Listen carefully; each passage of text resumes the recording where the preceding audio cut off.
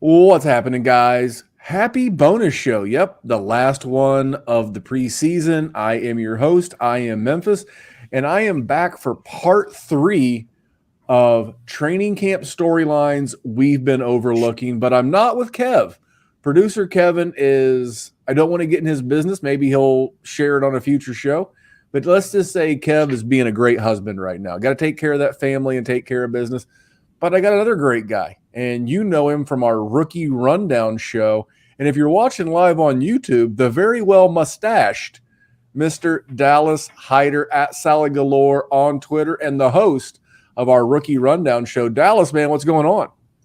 Hey, yeah, it's great to be here. I keep telling our Patreons that I'm going to be more consistent, but unfortunately, we just bought a house, and so I'm very busy with some demo work. But I'm here to talk a bunch of fun fantasy news here. I'm going to be kicking my butt back into the swing of things here for the regular season, so I'm excited. But other than that, no complaints. Living life, just trying to survive in this, average of 105-degree weather that we have in KC right now. So I don't know how it is up there for you, but it's atrocious.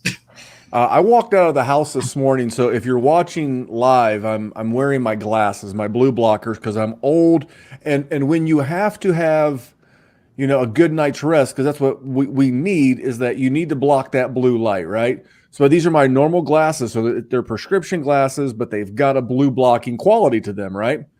So I wore them out of the house this morning because I got to wear them when I drive, and dude, they just fogged up. Like the entire thing was like poof. Immediately. And I got in my truck, and like the thermostat, the little temperature gauge on my truck said it was 84 degrees outside at 6 a.m. So I was like, yeah, it's been pretty rough. The heat's supposed to let up on Saturday, but man, the heat is just getting going at the Dynasty WarZone. Mentioned the rookie rundown. Dallas is going to be more consistent, but he's got a deadline, and he's got a vacation, and he's got things coming up, but he has agreed he's going to be a new part of a segment we're going to do in the Dynasty WarZone this season. It's going to keep you in touch with all of your 2024 rookie goodness. What does that mean? Tune in a week from Sunday, because this Sunday, it's back for the first time in a couple of years. It's the Dynasty WarZone Hot Take Hotline. Except when we started doing this like 6 years ago, like we literally took phone calls, like on a cell phone. Now I'm going to have pre-recorded videos and drops from some of the guys at Player Profiler, some of the guys at the Dynasty WarZone. They're going to be giving us their Dynasty MVPs and their Dynasty Bust for the season. Dallas is going to do one for me. Kyle from the Fantasy Football Fellas. I've already got some from Seth over at the Dynasty Roundtable. Jason Allwine from Wake and Take on Player Profiler. Going to have a bunch, and it's only Thursday. So stick around and tune in to the Player Profiler YouTube channel on Sunday. All this stuff will be podcast. And if you're a podcast consumer, awesome. You're listening today on the Dynasty WarZone channel. Make sure you catch the Wednesday simulcast on the Player Profiler channel. But Dallas, you're here, buddy, and we're going to do good people, bad tweets. Now, good people, bad tweets can be a little harder to do on short notice, but I noticed one the other day. This was actually earlier today, and the Dolphins are inquiring about trading for Raiders running back Josh Jacobs, but they were told he is not available per Vic Tafer.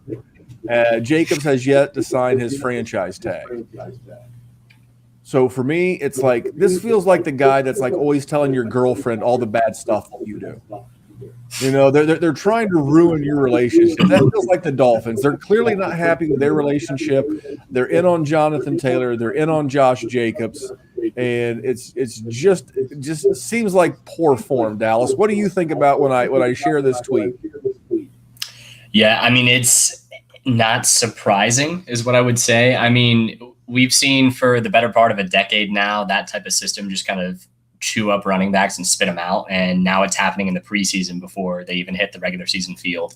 The guy that everyone was super excited for is already out with a shoulder injury. Kind of prove the fact of the concerns, is what I would say, coming into the draft season with his size and being able to get the workload to actually be a viable fantasy piece. Josh Jacobs makes a lot of sense for, half the teams in the league, really. But it's a very depressed market right now. He literally came back after being shunned in the preseason with God knows what's going on with that front office in Las Vegas, and then went and led the league in rushing yards last year. So it's very interesting to see where he's going to land up. But Miami as a whole, outside of the pass game right now, is a little bit suspect, to say the least.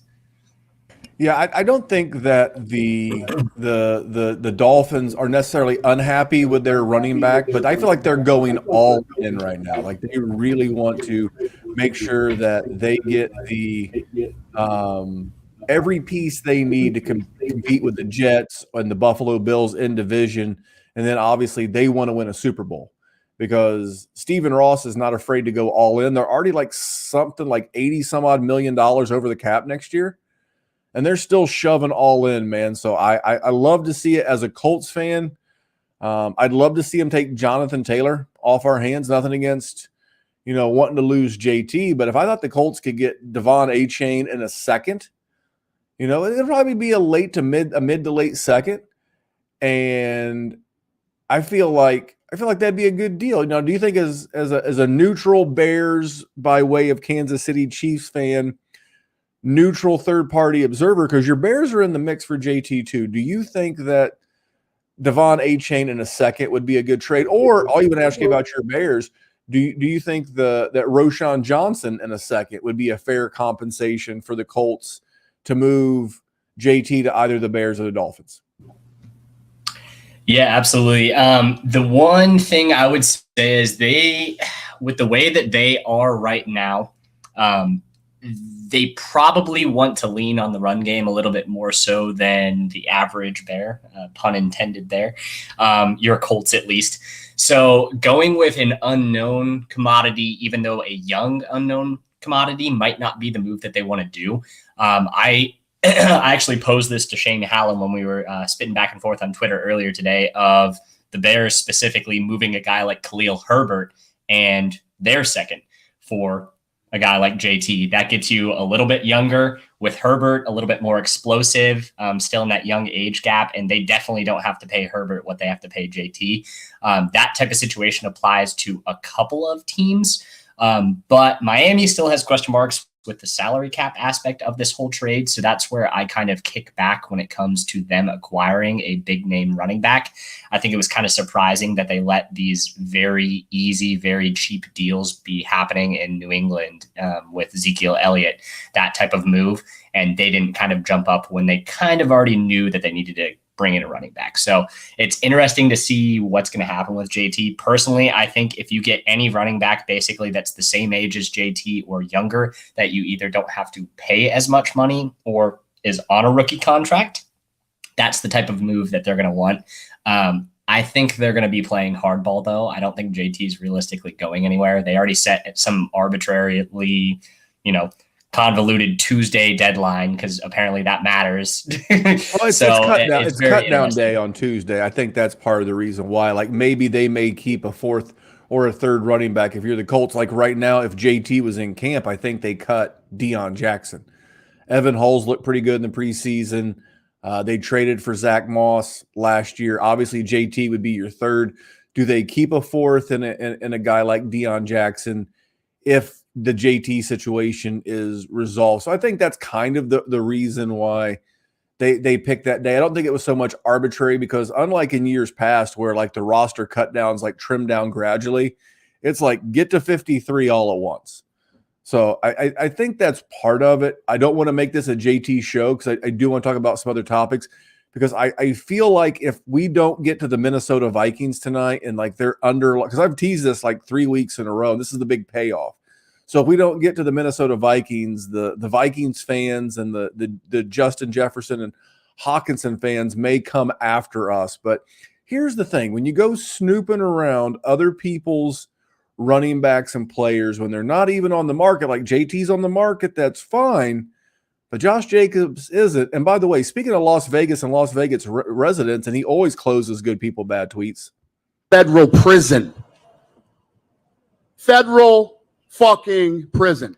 Yeah, if you go mess with other people's players, it's federal prison. But We're going to get into some underrated stories that we're not talking enough about real quick, but I want to talk about some of the Dynasty news because we're not going to have time on Sunday because it's going to be a big show. I think the story that sent shockwaves throughout the world, well, except for me, because I said this like 2 months ago, and even my own co-host told me I was crazy.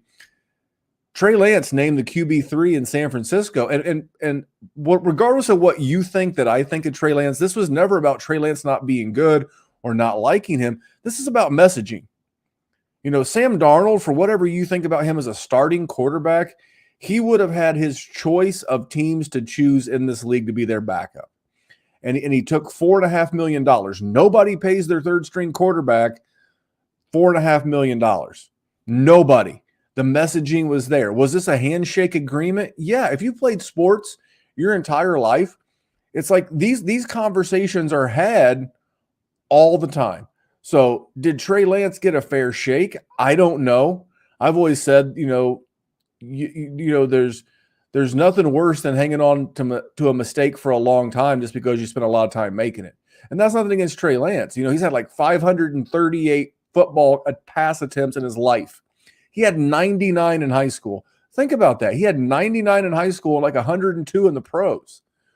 Did we not think this was going to be a long-term project? So you got burned. You are looking for anything. If any team takes him, and I don't think they will because it's a weird situation, right? Because if they cut him, they take a huge cap hit on him, and they're better off keeping him. And if another team doesn't want to pay all that money, so he's kind of stuck. But if he goes anywhere, whether it's in the regular season, I think he needs an injury, Dallas. That's my opinion. I think he needs a similar-ish quarterback to go down in the middle of the run. Maybe if something happens to Ryan Tannehill like it did last year. If something happens to Ryan Tannehill, maybe Rand Carthon, who was in the building when he was drafted, maybe he reaches out because Will Levis just isn't ready. I don't know. But any positive news and the Lance Hive takes it for what it's worth, you got to get off of him in Dynasty. Dallas, what are your thoughts on Trey Lance and this whole situation? Yeah, I mean, you got to ride this wave if you still have him. I have 0 shares left. We both literally are doing the exact same thing. Something got caught in both of our throats at the exact same time.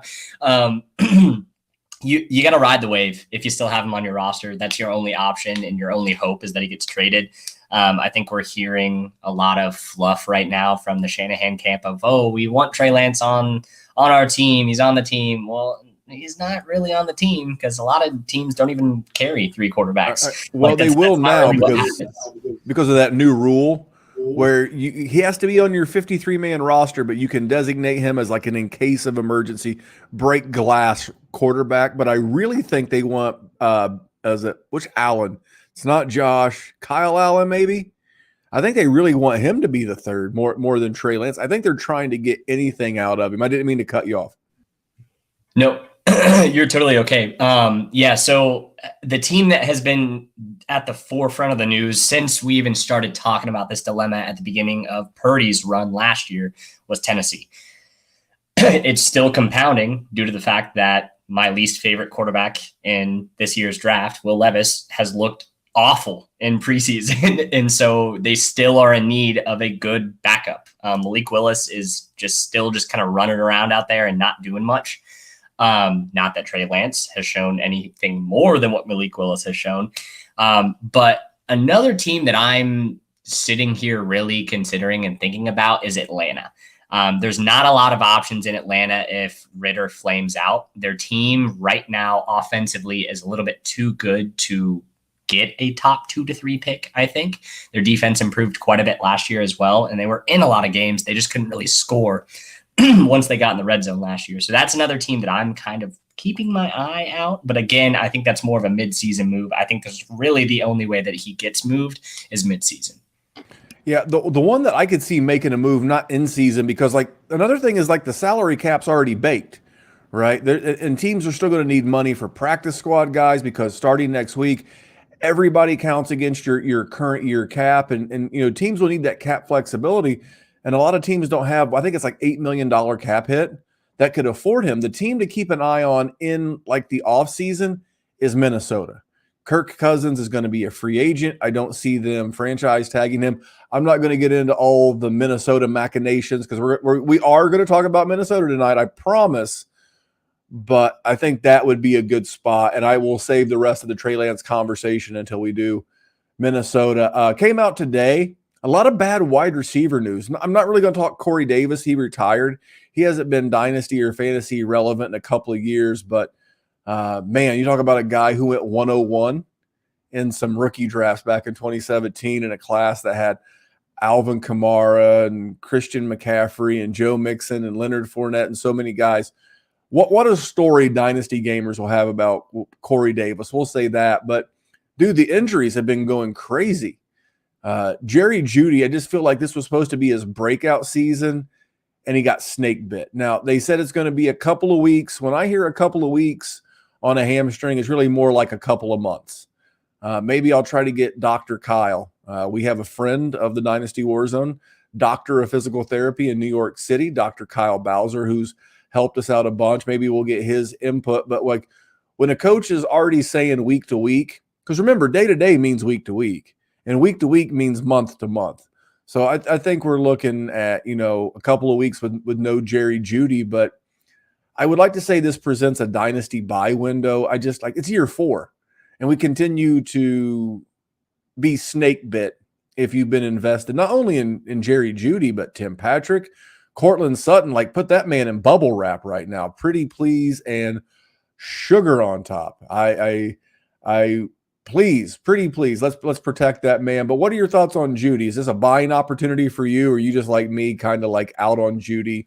No offense, love the talent, just can't seem to put it together. I've got a lot of shares of Jeudy right now. I've not been coy about the fact that I still think that Jerry Jeudy is probably a top 5 separator in the league because every time he's on the field, he just cooks people. It's just last year he was cooking people left and right, and Russell Wilson just could not throw him the ball. So it was pretty interesting. I'm not acquiring. I'm probably not selling because I never sell in the dip. I'm one of the few managers where I'm like, I'll just let him die out. Like, because as we always talk about, so I have to trade him away for a back end second or an early third. How often do those actually pan out? So I'm much more inclined to just stick with a guy who's still decently young, still hasn't hit his peak age right now. And yes, he's dealing with an injury, but guess what? That's what we have IR spots for. So that's where I'm at kind of with Jeudy. For sure, talk to Dr. Kyle about it. We've seen a lot of times when they try to rush back these guys with either hamstrings or ACLs, they end up messing up the other one. It's very much connected. When you're running, your gait switches, you're trying to compensate. That's where we get into the question of if he picks up an injury trying to rush back, then I'm probably out on him. But I'll just stand pat. I wasn't going into the season right now on any of my rosters with Jerry Jeudy being my wide receiver 2. He's wide receiver 3 or 4, realistically, if you have him in a lot of spots, as long as you've been, decent at constructing your team. So the upside is still there. If Russell Wilson flames out and he gets injured again, then who knows? But that's kind of where I'm at.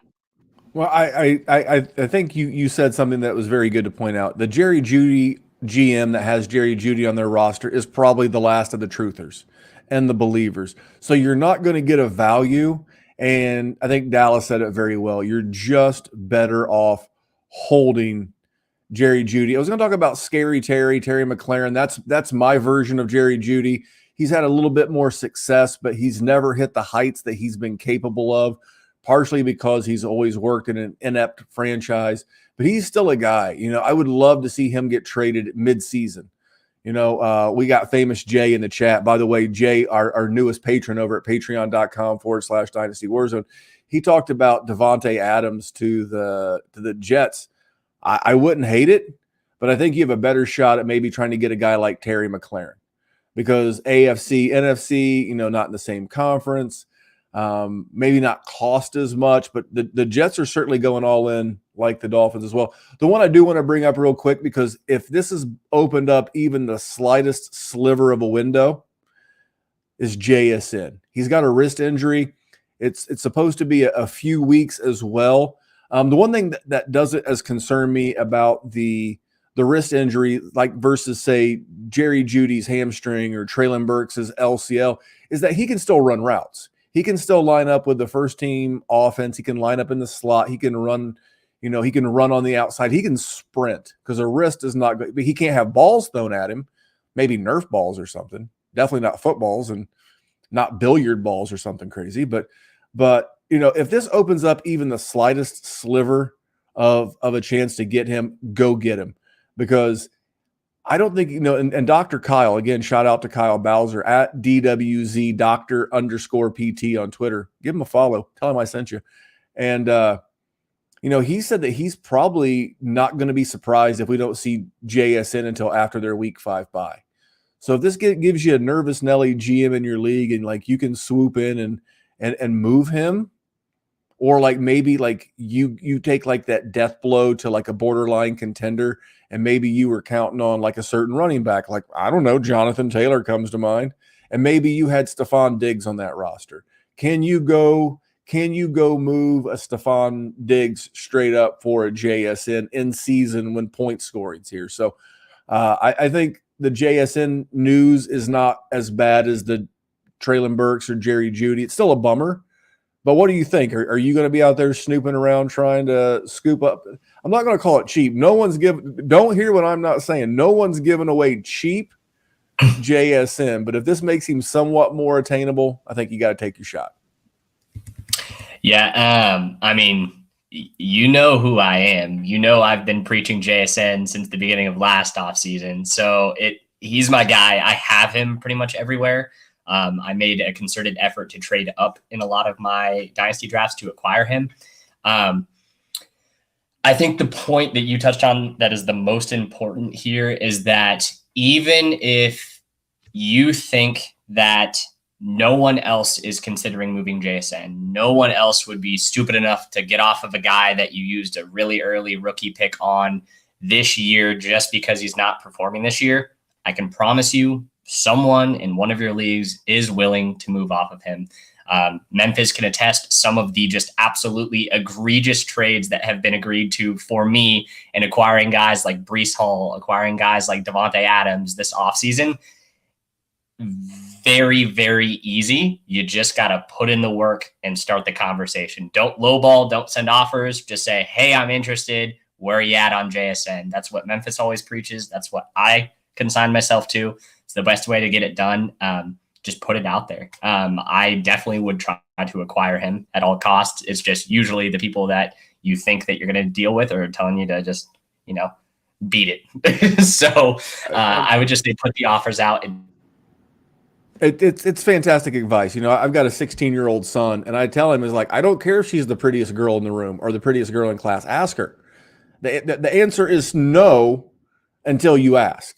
And you know what? You have the same thing going for you after they say no that you did before they said no. The only difference is whether it's a 1% chance or a 100% chance, you at least give yourself a chance if you ask the question. That's not just dynasty advice, gang. That's life advice. But we're going to get into this. I got 2 more storylines I want to jump into for the 2023 season that I don't think we've talked enough about or anyone else has even really noticed. And I did promise the people the Minnesota Vikings, so let's not do them and let's go straight to the Jacksonville Jaguars.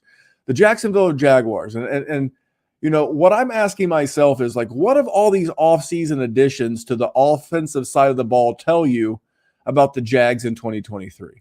And what I'm asking is that do they realize or have they realized that you're only a decent passer, pass rusher and a couple of decent corners away from being viable on defense in 2023, and that it's more about limiting the opposition than it is about stopping them. And basically you've got to be able to win shootouts in 2023. I think this is the philosophy of your AFC team, we'll call them the Kansas City Chiefs. Their defense is not great. They got a couple of studs, they got to get their big defensive tackle Jones taken care of, but they don't have a lot of studs. Like all the household names on the Chiefs are on the offensive side of the ball. And we're taking an offense that was 10th overall last year in points scored total and on average. And it was right around 24 points. And like This is an offense that added Calvin Ridley, Tank Bigsby, Dearness Johnston, as well as all 3 of their first-round picks were used on offensive players. They added Anton Harris, a tackle, to bolster the offensive line.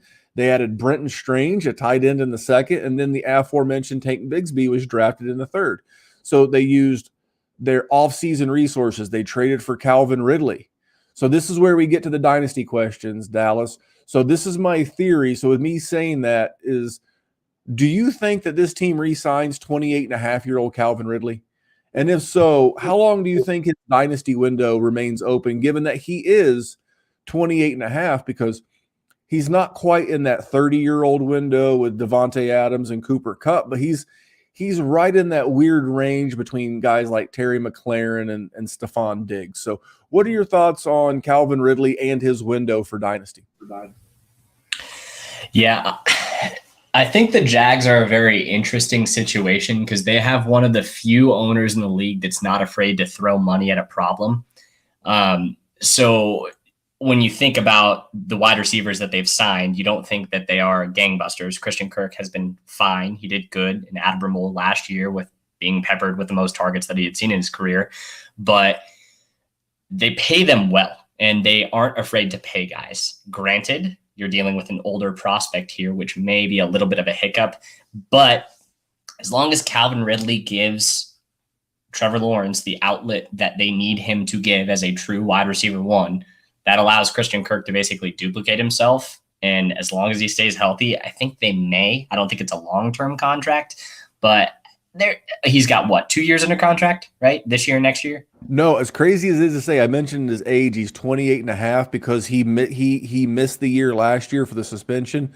That year just tolled, TOLLED. It just tolled or carried over. So he was an older prospect when he hit the pros anyway. So he's still on the final year of his rookie deal. If they really wanted to, they could franchise tag him and basically have him all the way through his age 30 season. I don't think they will. Because the Jags are kind of like that reclamation project team. We saw them do this last year with a guy like Evan Ingram, and then they paid him. They didn't give him like a 6-year deal or nothing, but they maybe give him a 2 or a 3-year deal, something like, 3 for 60 or something like that, 3 for 56, somewhere in that $20 million range that, guys like DK Metcalf, Terry McLaurin, those guys got last year. I mean, we're not talking Jamar Chase or Justin Jefferson or A.J. Brown money. But I think if they were to offer him something like, 3 for 56 or 3 for 60, especially in a state like Florida, sounds crazy, but there's no state income tax in Florida. So like, I think in Indiana, ours is like 4.5%, 5% state income tax. I know in California, it's like 13. So that's money that, for every $1 million, he saves $50,000 if he lives in Indiana. Right. So that's technically money going back into his pocket by being in Florida. I think they extend him. And I think if you're a contender and like you're in year 2, 1 or 2 or 3 of your contending window, I think he's a fine buy, Dallas. Yeah, I think he's going to be safe until he's about 30. Like I said, I think a 2-year contract makes the most sense, especially because he's only underneath 1-year contract right now. I think he's pretty safe. The one thing I do kind of want to segue into with the Jags, though, if you don't mind, to steal this a little bit, they're a team that I feel like the offensive line is not being talked about enough. They're going into the season with 3 new starters on the offensive line. And last year they had, I believe it was the 4th lowest sacks allowed by a team. They had one of the best pass blocking units in the NFL last year. And segue, now you're starting a rookie at tackle. You are forced now to start Walker Little at the other side of tackle. And you're dealing with a very aging Brandon Sheriff who looked a little wary last year. So I am very intrigued to see how this offense operates. They have the weapons, they have the skill position, they have the running backs to be successful. But overall, their offensive line is a little bit of a hiccup for me for just crowning them as a competitor in a tried and true competition to getting towards that AFC, title game. It's a little bit too hard of a division. So there's a little bit of a cap that I think is not being talked about on a lot of these prospects just due to how fluently this offense will be moved. But that's just my take. It's just an aspect that a lot of people aren't talking about is this O-line. Well, I wish, because Thursdays are long days for me, and you're obviously preparing to move into a new home. I wish we had time to have had a little bit of like a pre-show, because I'll look for it and I'll try to find it. And if I find it, I'll tweet it out at DWZ Memphis. And I think it was RotoViz maybe, but maybe it was Sharp Analysis Football. There was a thing that, like, for every new offensive lineman that you add, your win percentage goes down significantly. Now, I heard this on a gambling podcast, and it had to do with, like, against the spread and stuff. But there is a tremendous impact to offensive line play, especially when you start going up 2, 3, 4 new starters at the offensive line. But the big guy that the offensive line has to protect is Trevor Lawrence. Now, he finished as QB7 last year. I like to call it basic ESPN scoring. So he finished 7 in that format, and he was about 8 points away from catching Geno Smith for 5 overall. Are we at the point now where Trevor Lawrence is a top 5 dynasty QB? Where does he rank for you as far as, because I think we all agree that he's talented. I think from a dynasty and a fantasy standpoint, which is what we do, him lacking that Konami code, that rushing upside, is always going to make a lot of people push him outside their top 5. What about you, Dallas? Yeah, I would say I have the biggest issue with him being top 5 just because of everyone above him outside of Mahomes. Well, I guess you can classify Mahomes. We'll classify Mahomes and Lamar above him in my ranks. So everyone above him has a tried and true, absolute world-class game breaker on their team to throw the ball to. And Calvin Ridley, as good as he is, has been, out of football now for 2 years. His production the previous 2 years before his suspension and then him leaving, very touchdown dependent. And that's something that was talked about at the time, but people are kind of forgetting about. They just remember that wide receiver 4 overall status, but a lot of 2 touchdown games, which I know it's not a bad thing. It's what we look for. We're looking for points. It's just a fluky thing. So again, a little bit wary with that. But if you look at the guys that are above him, Patrick Mahomes has Travis Kelce. Josh Allen has Stephon Diggs, and all these young weapons now that everyone's excited for in Kincaid, James Cook. Jalen Hurts has Devonta Smith and A.J. Brown. Joe Burrow has T. Higgins and Jamar Chase. Lamar Jackson has Mark Andrews. Justin Herbert has Keenan Allen, Mike Williams, and Quentin Johnson now. All the guys above him that most people rank in their top 5 have a gangbuster option. We don't know if Trevor Lawrence has that. So that's another hesitancy that I have for elevating him into that upper. First of all, that is very well said. I will say that for the Jags being the Jags, they're at least trying. Like, Evan Ingram is not going to be confused with Travis Kelce, except they both play tight end. And Calvin Ridley is not going to be confused with Jamar Chase or even T. Higgins, perhaps. But at least they're trying. At least, it's like if you can't have one ace, can you have 3 or 4 deuces in your hand? And I'm not saying that they're twos. I'm just saying if you can't have the one big thing, I do like the fact that they continue to add.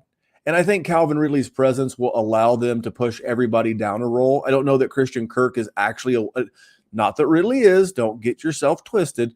But I don't know. I think Christian Kirk is the perfect wide receiver too. That allows Zay Jones, the other Zay, the original Zay Jones, to be the wide receiver 3. It allows more one-on-ones and more, seam stretching and working that area of the field for Evan Ingram. So I would have loved it to have been, instead of Calvin Ridley, it was Devontae Adams or Tyreek Hill, but that's just not the luxury they had. So I do like it. For me, I'm going to reevaluate at the end of the season, because I want to see, because we saw this last year. I mean, your guy, Justin Fields, Dallas, big Bears guy, got hurt during the fantasy and dynasty championships. Jalen Hurts got hurt. Lamar Jackson got hurt. And not that in week 17 or 18 was Trevor Lawrence, lighting it up.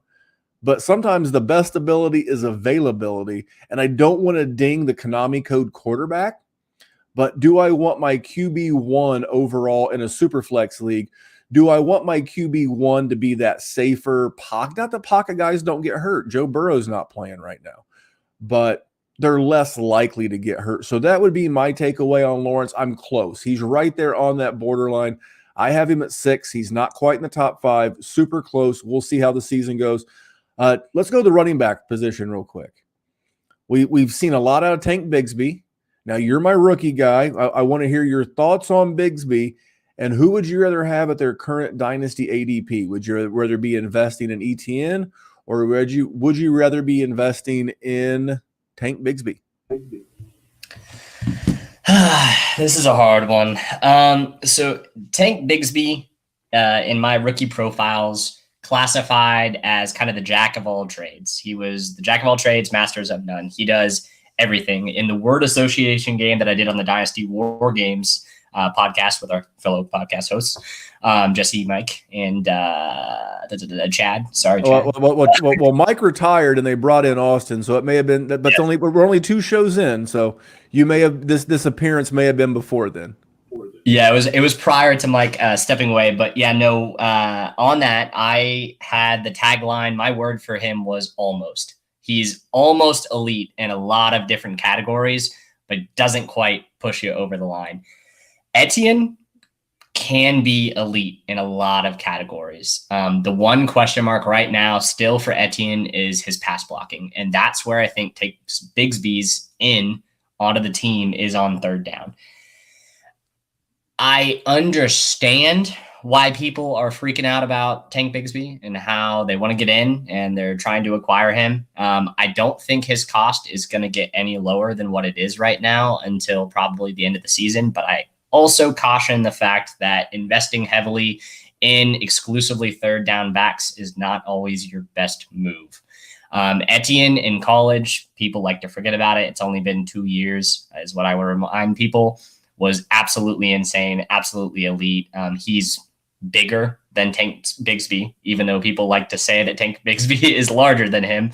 And so this goal line workload that Etienne, for some reason, did not get last year, I still don't understand it because he was a monster in between the 20s. He would watch the games, and then he would just eat up yards. And then at the last second, they'd be like, let's switch it up. Let's throw in another back that we'll never remember their name.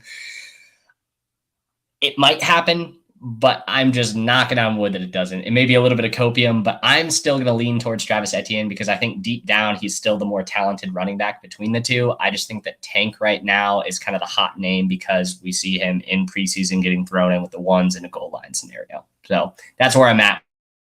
Well, I love the breakdown. Let me hit you with a little swerve. I'm in on none of the above because Tank is being steamed up right now.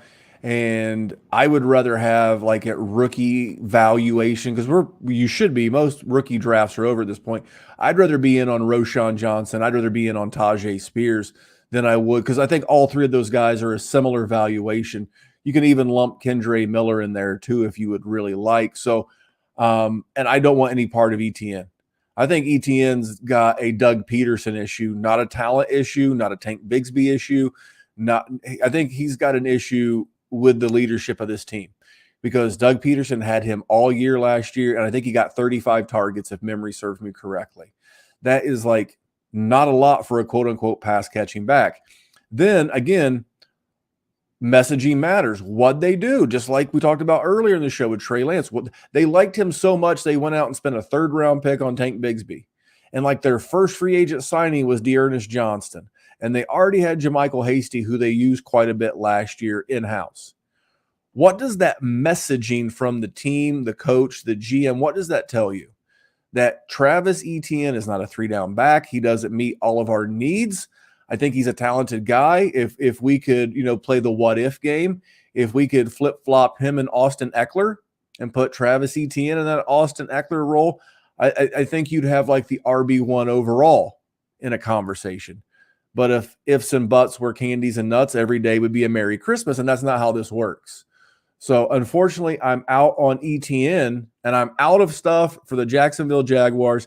It's here. It's finally here. We're going to talk Minnesota Vikings, but this is like the one quasi-commercial on the Dynasty WarZone bonus pod is the Patreon. Patreon.com/Dynasty WarZone. We've got patron in the YouTube chat tonight. We have our newest patron, Famous Jay. We've got Steve. We've got David. These are our loyalist supporters, subscribers. I call them friends. I mean, they're just good people. They support the Dynasty Warzone, and it's not the world's craziest investment. You know, we do one-on-one advice. We have a great group chat. Dallas is in there. He mixes it up with the gang. You know, he was talking about promising the patrons he'd be back in there. And then the new thing that I'm doing on Player Profiler's YouTube channel, I do a show that's like video only. It's called The Overtime. But if you want the audio version, because you're like, Memphis, I just don't go to YouTube. I don't watch my podcast on YouTube. Cool. We throw this in on the Patron Pod now every Monday, and you get the show early. The Dynasty Warzone launches on Wednesday mornings to the normal podcast consuming crowd. The patrons get it early and ad-free. I scrub all the commercials, all the plugs. I get rid of all that shit, and I just give you the show. And this coming Monday, because I won a good trade for the show this weekend, I was like, hey, patrons, send me some trades. I got a bunch. So I'm going to pick one, and I hate to pick one. It's like, you know, like as a dad trying to pick between your favorite kids. I got to pick one trade. We'll do it on the Dynasty Warzone. But the rest of them, you bet your ass I'm going to cover it in the Dynasty Warzone bonus pod. This is all the stuff that we do on top of the roster help and everything else. And guys, it's $5 a month. It is, I'm biased, but it's one of the best values in fantasy football. But Dallas, do you know who might not have an extra $5? The Minnesota Vikings. I was going to say me right now. I'm very cash poor. yeah. You're house and vacation poor, but that's all right. You know, you'll have the memories and the house. But the Minnesota Vikings. Now, as we sit today, the Minnesota Vikings are $30 million to the good on the 24 cap, but they've got to pay Justin Jefferson. TJ Hawkinson is quietly holding in. Now, they're the second favorite to win the division this year after winning 11 games last year. So they likely won't land a draft pick that would land them a Drake May, a Caleb Williams, a Quinn Ewers, maybe not even like a Michael Penix Jr., former Indiana guy, now up in Washington. So maybe they'll be in on Trey Lance next year in the offseason. I think that would be the best spot for him. But my question for you from a dynasty standpoint, does all of this make you ask yourself, what is the future of guys like TJ Hawkinson and Jordan Addison, and most importantly, the wide receiver one in a dynasty startup right now, at least for me, but I'm going to put a spin on that. What happens if Kirk Cousins is gone and these guys are forced to get a new quarterback and maybe a suboptimal quarterback? Because whether you like Kirk or not, love the new mustache, but whether you love him or hate him, he's been a very serviceable quarterback for Superflex leagues, and he's made sure to get these guys good targets. So what are your thoughts on these guys if, for some reason, Kirk is not back in 24? Yeah, Kirk's been the epitome of health, consistency, and just stability at the quarterback position for Minnesota. And that's the reason why he kind of was the first one to truly change the quarterback market, is because Minnesota understood that they could reset it, but the down step that they would have to take based off of their roster that was supporting Kirk Cousins would be so drastic that it wasn't worth it. And that's kind of the situation that they've played themselves into. They have yet to draft a feasible option and a backup option behind him. They tried it with Kellen Mond early, and he's now been cut from his, I believe, third team after literally not even making it a whole season with the team. So it's very interesting to see what this quarterback position is going to be like. Specifically the weapons. I think you have such an elite floor with specifically Justin Jefferson and Hawkinson that the quarterback position really doesn't change it all that much. Hawkinson was still in the conversation of a top 5 tight end consistently with a guy like Jared Goff as his quarterback. So I know, not trying to take jabs at Jared Goff. He actually had the best 8-game stretch of any quarterback last year to end the season, but that's what people don't like to talk about either. I think it would be concerning if they leave with him, but at the same time, I think it would be a healthy reset if they do not reach the goals that they have this season, and an understandable one for the fan base. So, I mean, me as a Bears fan, I would love it. As a Minnesota Vikings fan, I would understand if they switched it. And specifically for those top 2 options, I don't think it would be an issue, but I would be extremely concerned if I owned Jordan Addison as the third option with a question mark at quarterback, as well as the running back game. Say what you will about Alexander Mattison. He was not as good as Dalvin Cook when he was in the games. People just remember the fact that he always got over 20 carries when he was in there for Dalvin Cook, and he produced 20-point games just like Dalvin Cook did. Leave it there. That's just where I'm at, but I am not concerned for the top two options. Everyone else, I would be staying away.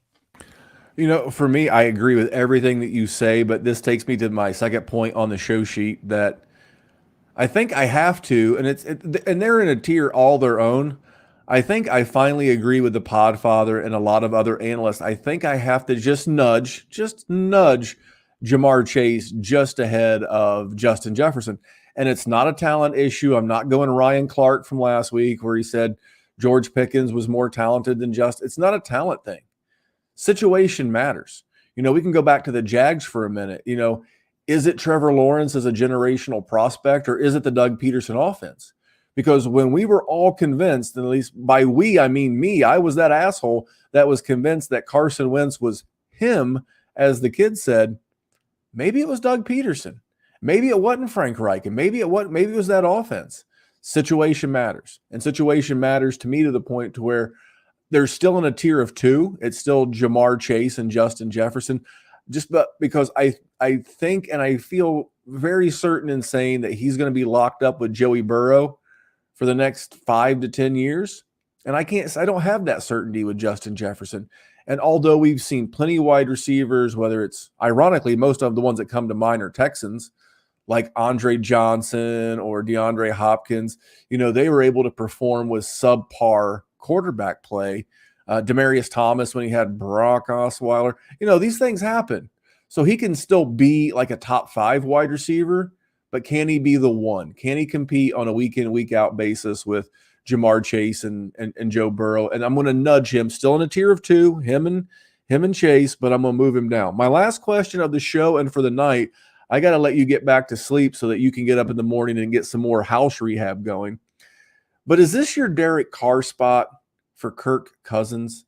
Is this that last hoorah that maybe, you know, at least in the quarterback market, you know, the Saints bailed us out on Derek Carr, gave us another year, and the contract really says 2. Is this kind of that last moment that we didn't maximize last year with Kirk Cousins with Derek Carr, that with Kirk Cousins, if you're in a super flex, a guy that perennially finishes in like that 8 to 10 range, is now a good time to sell him? Yeah. The hardest thing with quarterbacks that are in that 8 to 12 range, as you know, and most of our listeners probably know, is that trying to make a lateral move at quarterback there does not net you very much value. And if you are trying to optimize your value, you often have to punt the quarterback position and start to acquire pieces that are not quarterbacks in your deals. He's a fine piece to move. I would just caution people. He is better and has shown a consistent level of being better than a Derek Carr. And so there is the option that he could very well continue to play at the exact same level that he's been playing at for the next 4 to 5 years. We've seen it. I'm not calling him a Hall of Famer at all, but he has been legitimately one of the most consistent quarterbacks over, probably 6-7 years now. I mean, you can even go clear back to the Washington Commando days. He's been maybe the most now when I say QB1, I mean that's QB on a season from QB1 to 12 and up from a point standpoint. Now he's never going to be in that mix to be QB1 overall, but if you're just looking for a dude that's going to give you QB8 on a season on average, he's your guy, and this year he's even better. So if you're a contender and maybe you drafted a young guy that you really liked, like a CJ Stroud, who I think CJ Stroud's going to struggle a little bit this year because he just has bad weapons around him. I'm rooting for John Mechie. I like Dalton Schultz, but you know, a guy like CJ Stroud would give his left arm, because he throws right-handed, he'd give his left arm to have the weapons of a Trevor Lawrence. Forget what Tua's got. And So I think if I can move Kirk Cousins, those are the kind of guys that I can get. If you can get again, we talked about those running quarterbacks, those guys that rush a lot.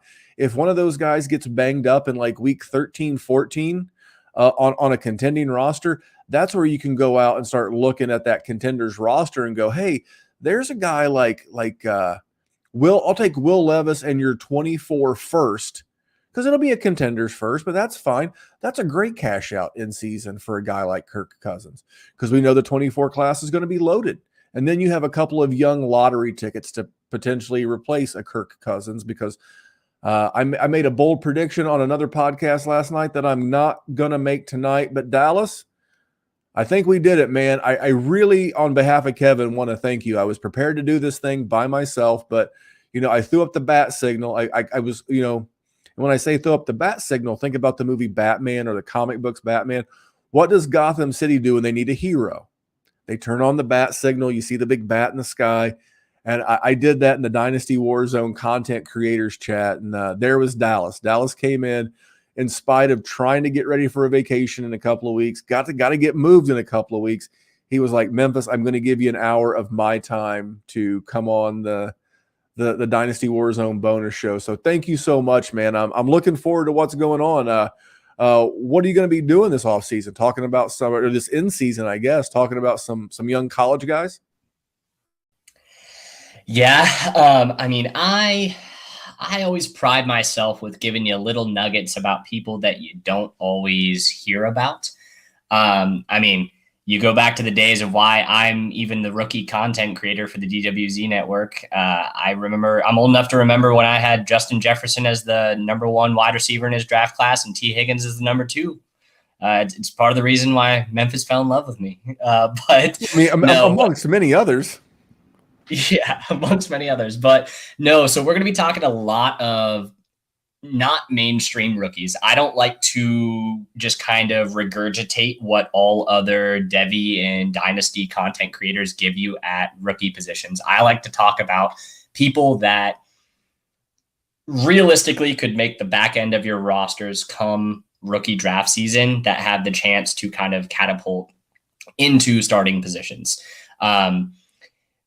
A guy right now, if you want to name, that I've been beating the drum for the last 2 seasons. I was heartbroken that is it Marvin Harrison Jr.?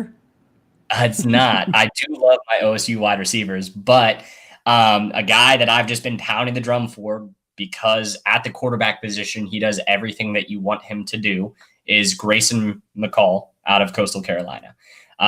2 years in a row. He should have came out last year. He also should have transferred, but he's a very loyal man apparently, and was like, yeah, I'll chill with one of the worst offenses in the league and see how it happens. But go ahead, look at his stats, watch some tape. If you're a fan of the QB school, there's a very good couple of episodes that they do a couple of breakdowns on him.